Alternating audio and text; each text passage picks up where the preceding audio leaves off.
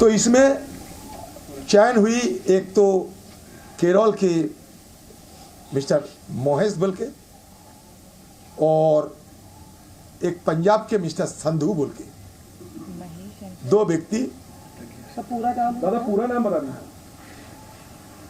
पूरा नाम बताते हैं। एक तो बलविंदर संधू होगा, मतलब टाइटल संधू है और गणेश, हाँ बलविंदर संधू है और एक केरल के मिस्टर गणेश कुमार ओके, एक गणेश कुमार है जो गणेश जय बाबा गणेश कुमार। अच्छा केरल तो नाम को लेके देखिए ज्ञानेश पूछा गया, फिर इन्होंने कहा नहीं गणेश संधू हैं, तो ये इस नाम को लेकर कंफ्यूजन थोड़ा सा है। लेकिन एक नाम जो क्लियर है बलविंदर संधू का। अधीर रंजन चौधरी का बयान इन्होंने सुना, पत्रकारों ने जब सवाल किया ज्ञानेश है या गणेश है, तो उसको लेकर के इन्होंने स्पष्टीकरण भी दी। खैर चयन समिति के सदस्य अधीर रंजन का यह बड़ा बयान सामने आया है और 2 चुनाव आयुक्तों की नियुक्ति का रास्ता साफ हो गया। तो ज्ञानेश कुमार होंगे नए चुनाव आयुक्त।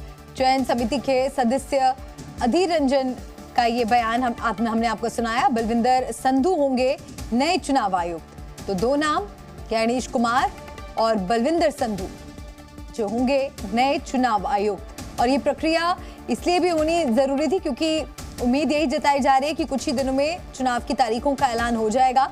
और अब माना जा रहा है कि चुनाव आयुक्तों की इस नियुक्ति के बाद ये प्रक्रिया और तेजी से आगे बढ़ेगी और जो एक टाइमलाइन सेट की गई थी उसके हिसाब से कुछ ही दिनों में तारीखों का ऐलान संभव।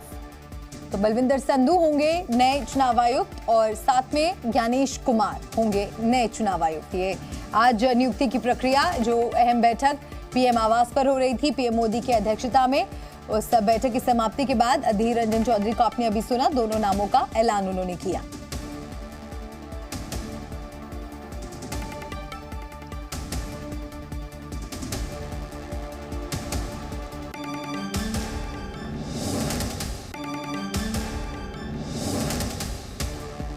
इलेक्शन कमीशन की टीम जो है वो तैयार हो गई है, बस अब इंतजार है तारीखों का, क्योंकि पहले ये कयास लगाए जा रहे थे कि 15 तारीख तक चुनाव की तारीखों का ऐलान हो जाएगा।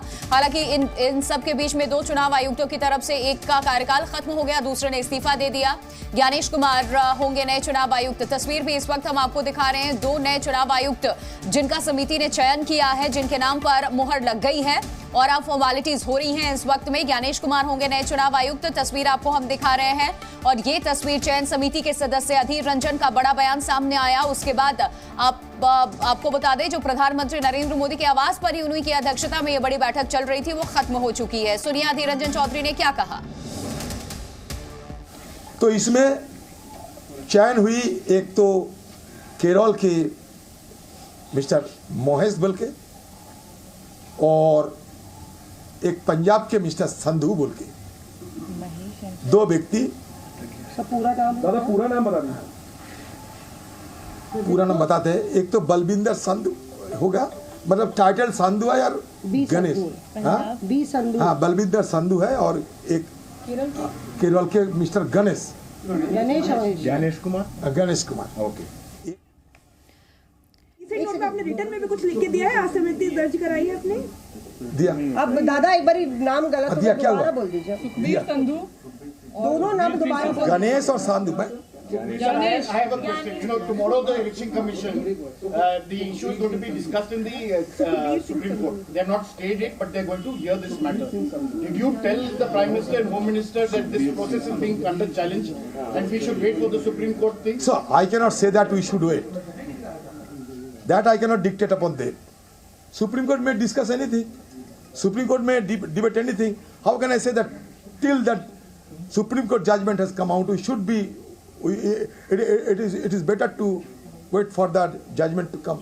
That I cannot say over them because I have been invited for selecting 2 election commission. Okay. But it was a fait accompli that the chosen 2s will be selected. However, I try to intervene in an appropriate manner so as to bolster the institution named after Election Commission. And that is why, before my arrival in Delhi, I have shot very specifically that a short list of the aspirants should be given to me. They have given me the list, but the list consists of the all aspirants, numbering 212.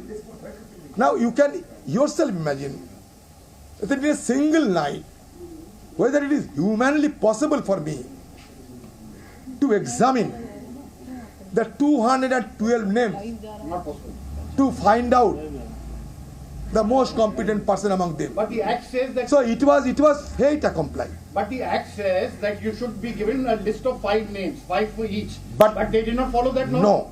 But the issue is, we have been shown. I have been shown 6 names.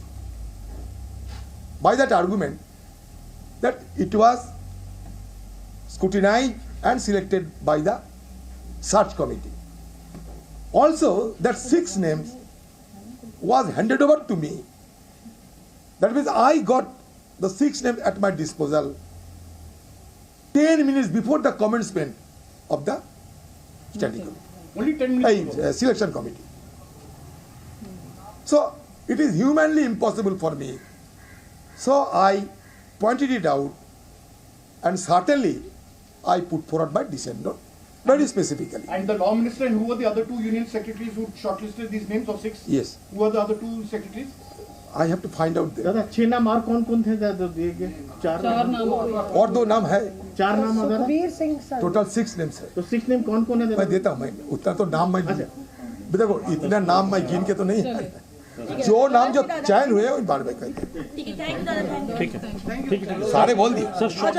इस वक्त हमारे साथ जुड़ चुके हैं ब्रह्म प्रकाश दुबे, उनका रुख कर लेते हैं. ब्रह्म प्रकाश, ये 2 नाम जो फाइनल हुए हैं, उस 2 नाम को लेकर बड़ा कंफ्यूजन है, आपके पास क्या जानकारी?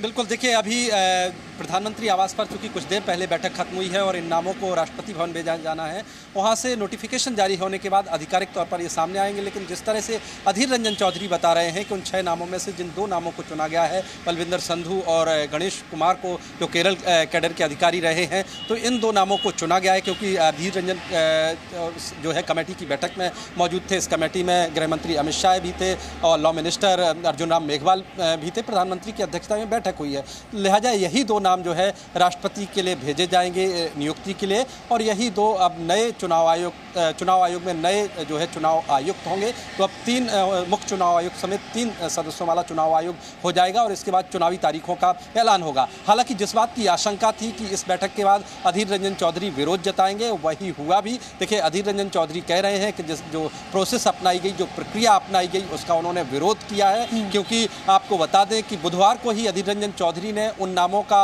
जो नाम कमेटी ने, सर्च कमेटी ने जो पैनल में छांटे थे, उनका ब्यौरा मांगा था, उनका डिटेल मांगा था और कहा था कि इनका बायोडाटा हमें भेजिए. ये क्लैरिफिकेशन हो जाएगा कि कौन सा नाम सही है. पैनल में नाम कौन से थे? ज्ञानेंद्र को लेकर के, और जिस तरीके से गणेश को लेकर कंफ्यूजन है, या फिर जो सुखबीर संधू का नाम भी हम बता रहे हैं?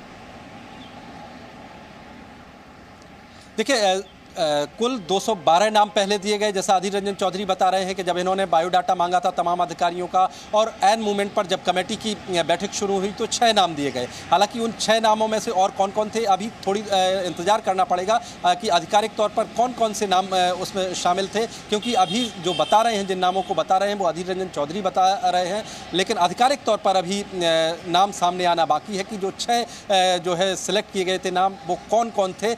हालांकि जो 2 नाम अधीर रंजन चौधरी बता रहे हैं, वो नाम राष्ट्रपति को भेजे जाएंगे. कमेटी ने वही 2 नाम फाइनल किए हैं, गणेश कुमार का, दूसरा बलविंदर संधू का, जिस तरह से अधीर रंजन चौधरी बता रहे हैं. हालांकि हमें आधिकारिक तौर पर सरकार की तरफ से किन नामों को बताया जाता है उसका इंतजार करना होगा. जी. और जिस तरह से अधीर रंजन चौधरी ने यह भी कहा कि चयन प्रक्रिया को लेकर वो सहमत नहीं है, इसको लेकर भी उन्होंने खुलकर कहा. उन्होंने कहा कि वक्त मेरे पास बहुत कम था और मेरे पास इतने सारे नाम दे दिए गए, जो कि बहुत मुश्किल है इतने कम समय में चयन करना. बिल्कुल, देखिए अधीर रंजन चौधरी ने इससे पहले एक दिन पहले बुधवार को जो है कानून मंत्री को कहा था, कानून मंत्रालय को एक पत्र लिखा था और कहा था कि जो नाम सर्च कमेटी ने जो नाम शॉर्ट लिस्टेड किए हैं उनका डिटेल बायोडाटा मुझे भेजा जाए, उनका सारा डिटेल भेजा जाए। तो ये नाम मांगे थे, लिहाजा सर्च कमेटी ने सारे नाम जो ठीक है। ब्रह्म प्रकाश, आपको रोक रही हूँ। रविंद्र कुमार हमारे संवाददाता भी हमारे साथ इस वक्त जुड़ चुके हैं। रविंद्र कुमार, जिन दो नामों को लेकर के चर्चा हो रही है वो नाम क्या है? क्योंकि ज्ञानेश कुमार का नाम सामने आया, अधीर रंजन चौधरी, गणेश कुमार बताते नजर आए और एक सुखविंदर का नाम भी सामने आया है संधू का, जिसे बलविंदर संधू भी कहा जा रहा है। ये कंफ्यूजन क्या है?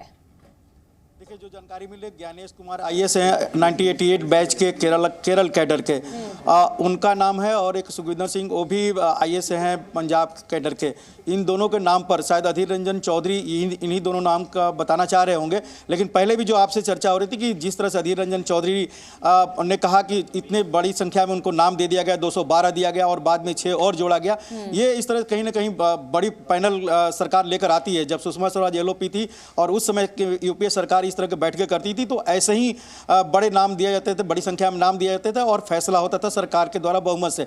आज भी जो फैसला हुआ है सरकार की तरफ से बहुमत से ही होगा। और पहले जो बात हो रही थी कि जब अधीर रंजन चौधरी निकलेंगे तो अपना डिसेंट नोट देंगे कि वो इससे सहमत नहीं है। जाहिर सी बात है, अपोजिशन के नेता हैं और सरकार के जो भी नुमाइंदे होंगे उसका विरोध करना उनकी रणनीति भी होगी। और इसीलिए अधीर रंजन चौधरी ने यह कहा कि 212 नाम रात में दिए गए, उनको पढ़ा नहीं जा सकता, उनके बारे में चर्चा नहीं कर सकते थे, उनके बारे में जानकारी नहीं हासिल कर सकते।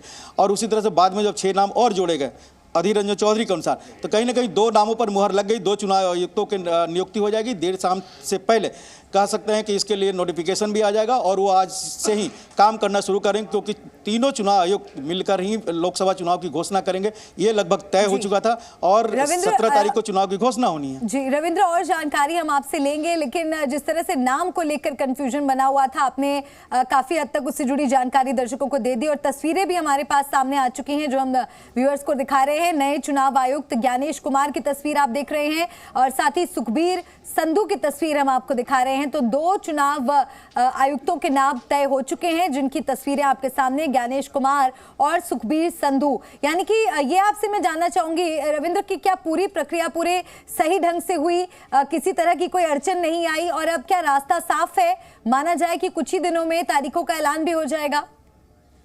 देखिए, सरकार अपनी पैनल बनाती है और उस पैनल को कमेटी के सामने रखा जाता है और ये तय है कोई भी सरकार होगी तो उसका ही पैनल होता है और उसी पर मोहर लगती है, क्योंकि बहुमत से एक कमेटी है प्रधानमंत्री की, उनके द्वारा नॉमिनेटेड। चूँकि वहाँ पर अधीर रंजन चौधरी ने कहा कि वहाँ अमित शाह भी थे और कमेटी के नाते अर्जुन मेघवाल भी थे, लॉ मिनिस्टर। तो कहीं ना कहीं बहुमत तो सरकार के पास ही है। बड़ी संख्या में कमेटी के नाम मेंबर का नाम वहाँ रखा गया था। भले ही अधीर रंजन चौधरी उस पर असहमति जताए हो, लेकिन ये फैसला ले लिया गया था सरकार द्वारा। और ये पूरी प्रक्रिया होती, जिस प्रक्रिया के तहत चयन होना है उस प्रक्रिया में एक कमेटी बैठती है, सर्च कमेटी बैठती है, सर्च कमेटी अपने नाम लेकर आती है, उसे पैनल के सामने रखा जाता है। आप सहमत हो या ना सहमत हो। हमारे संवाददाता रवि त्रिपाठी भी हमारे साथ जुड़ चुके हैं, उनका हम रुख कर लेते हैं। रवि, क्या जानकारी आपके पास? इलेक्शन कमीशन की जो टीम है वो तैयार हो गई है, अब चुनाव की तारीखों का इंतजार हम सभी को है, सारे देशवासियों को भी है, लेकिन वो 2 नाम जो आज यहाँ पर नियुक्त किए जाने हैं, चयन कर लिया गया, वो कौन से वो 2 नाम हैं? बिल्कुल, देखिए रविंदर जो जानकारी दे रहे हैं बिल्कुल सटीक जानकारी दे रहे हैं। जो यही जानकारी है कि ज्ञानेश कुमार जो केरला कैडर के आईएएस हैं 1988 बैच के, वो एक चुनाव आयुक्त होंगे और साथ साथ वी संधू जो पंजाब के रहने वाले हैं वो भी एक आईएएस अफसर हैं और वो भी दूसरे चुनाव आयुक्त होंगे। देखिए, चूंकि ये मामला विवाद में रहा है, इस वजह से काफ़ी चर्चा में रहा है और अब समय नहीं है। चुनाव आयोग अगर बात कीजिए तो पिछली बार चुनाव 2019 में 10 मार्च को चुनाव की तारीखों का ऐलान हो गया था और 2014 की बात की तो 5 मार्च को चुनाव का ऐलान हो गया था। लेकिन चूंकि ये सारा चीज प्रोसेस भी चल रहा था, अभी सब जगह विजिट करने का चुनाव आयोग का आपने देखा था, जम्मू कश्मीर भी चुनाव आयोग की टीम गई थी, इसके अलावा उत्तर प्रदेश, पूरे देश का भ्रमण किया था। और चूंकि ये मामला फंस रहा था कि एक क्या चुनाव आयुक्त सीईसी चीफ इलेक्शन कमिश्नर खुद अकेले रहते हुए जितने बड़े चुनाव का ऐलान कर सकते हैं, उनके अंडर में है, तो इस पर भी राय ली गई। हालांकि ये हो सकता है कि अकेले भी राजीव कुमार इस बात चुनाव का ऐलान कर सकते थे, पूरा प्रोसेस होता है चुनाव आयोग की और भी बड़ी टीम होती है, लेकिन पूरा पैनल रहे ये जरूरी था। इस वजह से ये मीटिंग बुलाई गई और मीटिंग बुलाकर सुप्रीम कोर्ट के आदेश का के हिसाब से देखिए उसको जल्दी करना था। तो आज मीटिंग की गई, आज शाम तक इनका फैसला हो जाएगा, इनका नोटिफिकेशन जारी हो जाएगा और माना जा रहा है कि 16 या 17 सैटरडे या संडे चुनाव की तारीखों का ऐलान किया जा सकता है। ये लगभग रवि आप दे रहे हैं कि ऑलरेडी लेट है, कुछ ही दिनों का इंतजार और चुनाव की तारीखों का ऐलान हो जाएगा। बहुत शुक्रिया रवि आपका, रविंद्र और ब्रह्म प्रकाश आपका इस खबर से जुड़ी जानकारी दर्शकों तक पहुंचाने के लिए। जी न्यूज़।